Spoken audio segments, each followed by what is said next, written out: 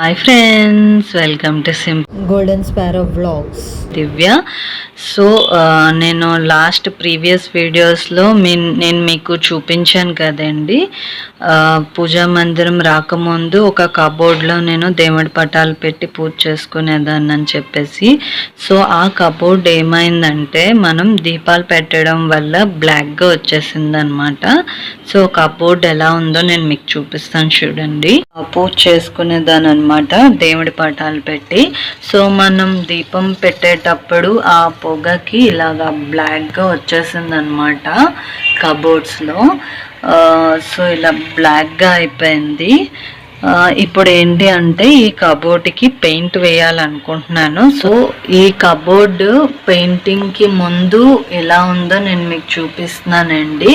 And నేను paint వేసాక ఎలా ఉందో ఆ లుక్ కూడా నేను మీతో షేర్ చేస్తాను, ఓకేనా?